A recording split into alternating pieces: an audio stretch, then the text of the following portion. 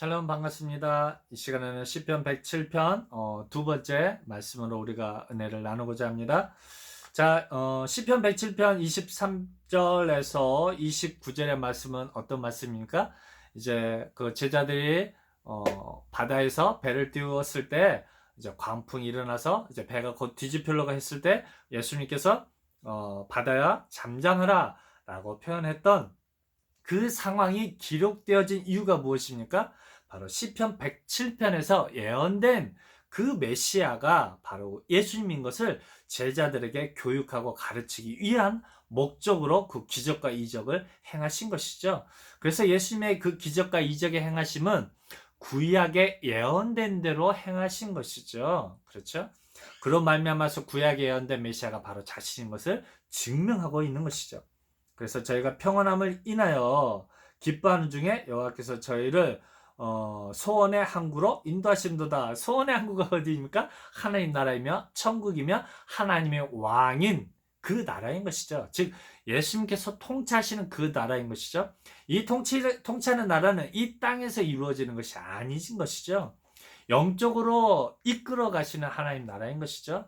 이제 예수님께서 영적인 왕이 되어주시고 우리는 그의 백성이 되는, 즉 땅에 소속된 것이 아니라 시간과 공간을 벗어난 지금 이 시대까지도 적용이 되어지는 하나님 나라의 영역인 것이죠.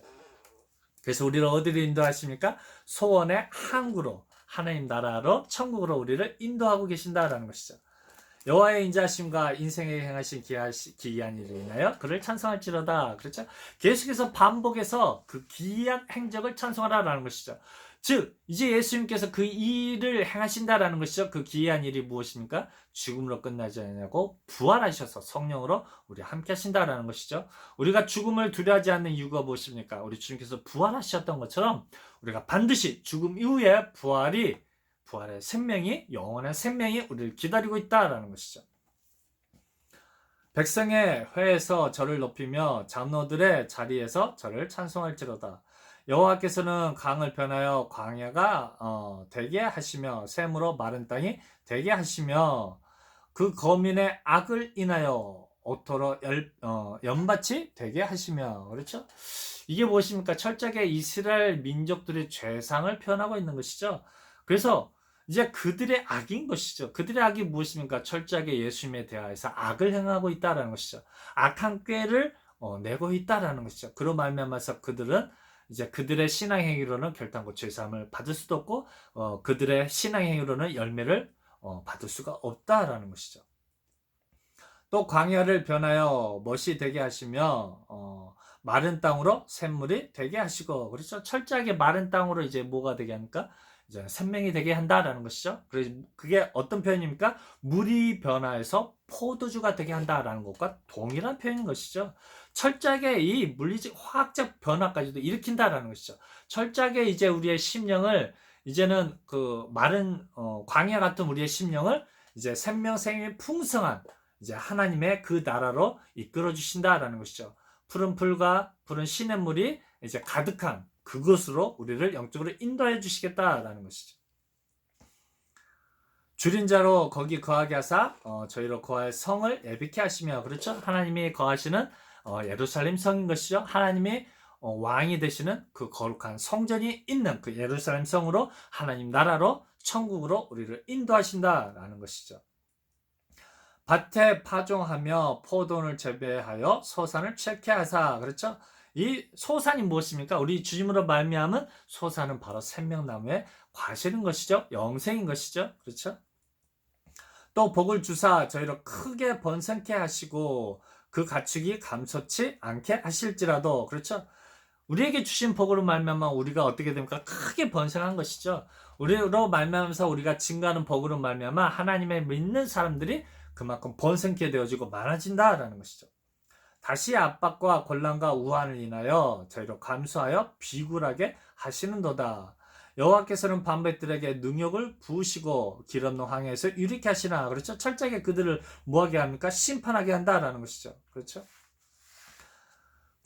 궁핍한 자는 곤란해서 높이 드시고 심령이, 그렇죠, 그러니까 가난한 자는 철저히 그를 높여주신다라는 것이죠. 왜요? 예수를 믿고 받아들임으로 인한 그들에 대한 죄사함을 주시겠다라는 것이죠. 반대로 예수님에 대해서 광포하고 악한 꾀를 깨우고 그래서 거짓된 것을 가르친 자에게는 철저하게 이제 심판을 주시겠다라는 것이죠. 능력을 주시겠다라는 것이죠. 광야에서 유리케 하시겠다라는 것이죠.